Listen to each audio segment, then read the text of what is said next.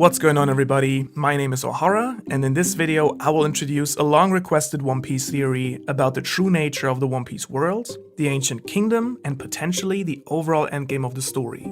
So if you're not ready to hear any of this, this will be your only warning. A big shoutout goes to Rodrigo Brito, who first shared the framework for this theory with me. And now buckle up and let's unpack all of this step by step. Prepare to have your mind blown.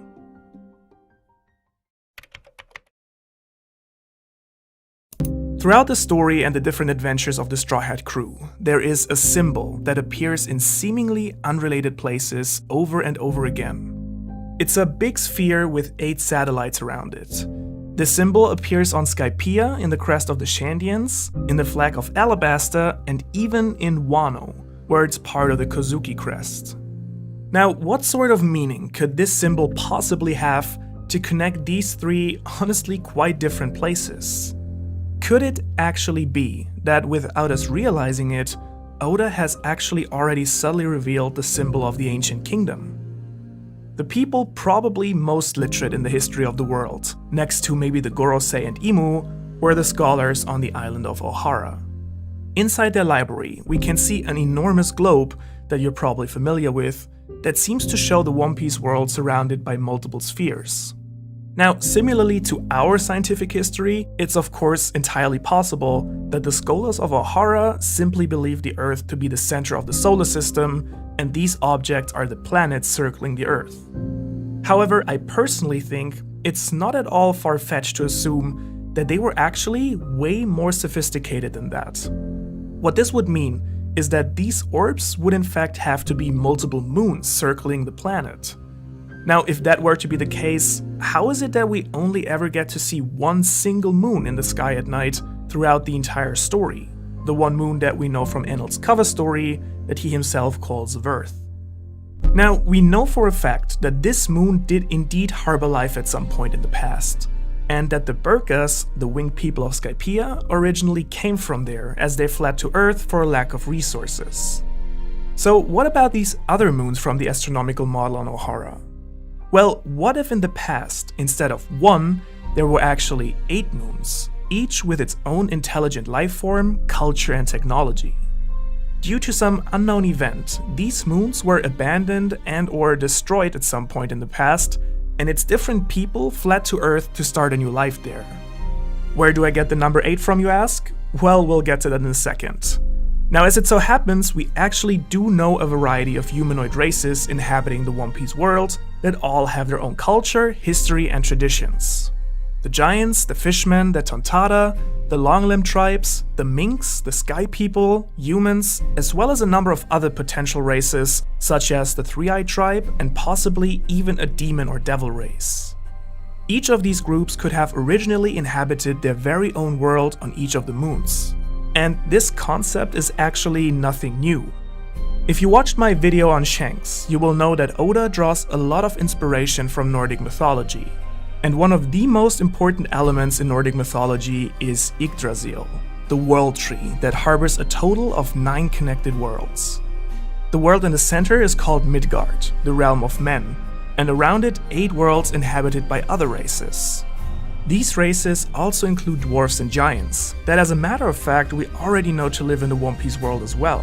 And especially the giants, as well as their island Elbaf, have clearly been inspired by Nordic mythology. This also includes a gigantuous tree that is being hinted at in this scene here. Could this be a reference to Yggdrasil and the 9 worlds? I think it's quite likely, and notably, one of these worlds also is said to harbor a race of demons. Now, being forced to leave their own worlds behind, each of these races will have come down to Earth, the world of humans, and the last inhabitable place left.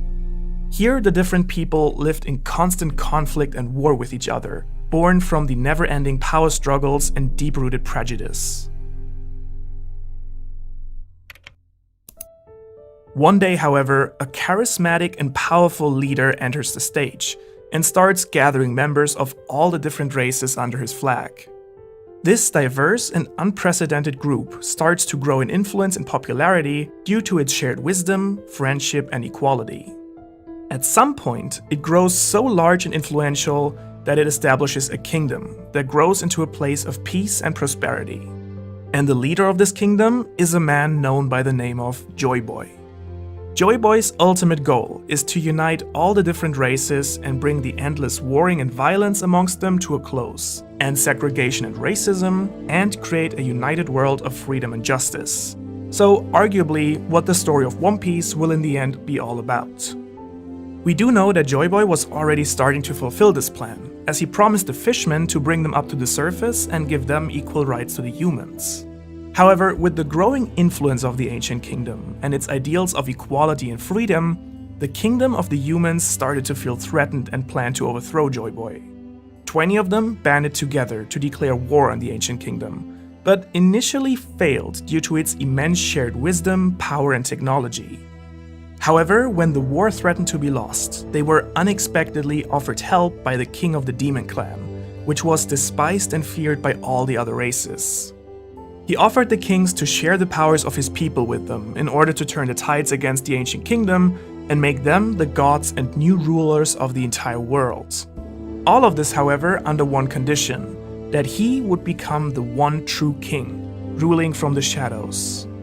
Blinded by the power of this offer, 19 of the 20 kings took the deal, and so the Demon King bestowed upon them the power of the Devil Fruits. One of them, however, the King of Alabasta, was wary of the devil and his power and secretly decided to inform Joy Boy about the coming threat. Upon hearing about the new fantastic powers of their enemies and their inevitable defeat, Joy Boy decided to do everything in his power to ensure that his vision would be made reality someday. The Kozuki clan, that were part of his kingdom, created the poneglyphs with instructions and information about the true history of the world. Meanwhile, using its advanced technology, the Ancient Kingdom created 3 powerful weapons to oppose the power of the Devil Fruits. The powers of Poseidon to command powerful sea monsters inherited by the fishmen, the power of Pluton, a mighty battleship capable of destroying entire islands, as well as Uranus, a weapon of unknown power that might have enabled space travel. And finally, some secret was hidden on an island that would later become known as Laugh Tale. Just as Joy Boy had feared, the tides of the war quickly changed with the sudden appearance of the Devil Fruit powers.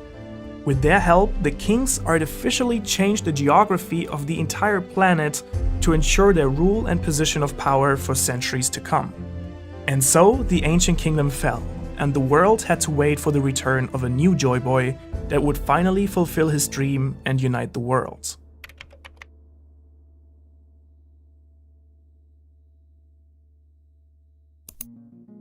So, now that I've introduced the theory, there are still a couple of remarks I want to make. Firstly, the moon has without any doubt been a reoccurring theme in One Piece. Apart from the aspects I've already introduced in this video, the moon is also part of the naming scheme of the major clans in Wano. Kozuki, Shimotsuki, all of them have the kanji for moon in their name. Similarly, also the Minks draw their powers from the moon to go into their Sulong form. Secondly, the theory still doesn't answer why the symbol of the Ancient Kingdom can be found in the flag of Alabasta as well, if they were originally part of the 20 kingdoms. A possible answer is that Alabasta, similar to the Kozuki or the Shandians, were originally just a clan that was part of the Ancient Kingdom and only later on became a kingdom themselves. Or maybe all of the 20 kingdoms were originally part of the Ancient Kingdom and only gained power after betraying Joy Boy. The D family and the Will of D, meanwhile, could originally not have been a bloodline, but a symbol of brotherhood between leaders of the different races uniting under one banner, similarly as Luffy, Sabo, and Ace did. The D itself, by the way, might again be a symbol representing the moon as well. Finally, a big question that would remain is why and how the other moons got destroyed in the first place. Now, a possible answer for this could be a war between the worlds, or a major common enemy that all of the races had to face. Now, without any doubt, this theory is built on a couple of assumptions that we can't confirm at the moment. But nonetheless, I believe that it fits very, very well with what we've seen so far in the story. If you're eager for more now, I have just a thing for you. This video was actually made as part of a collaboration with my friend Joy Boy, whose fantastic video on this topic you can watch by clicking right here. Thanks for watching.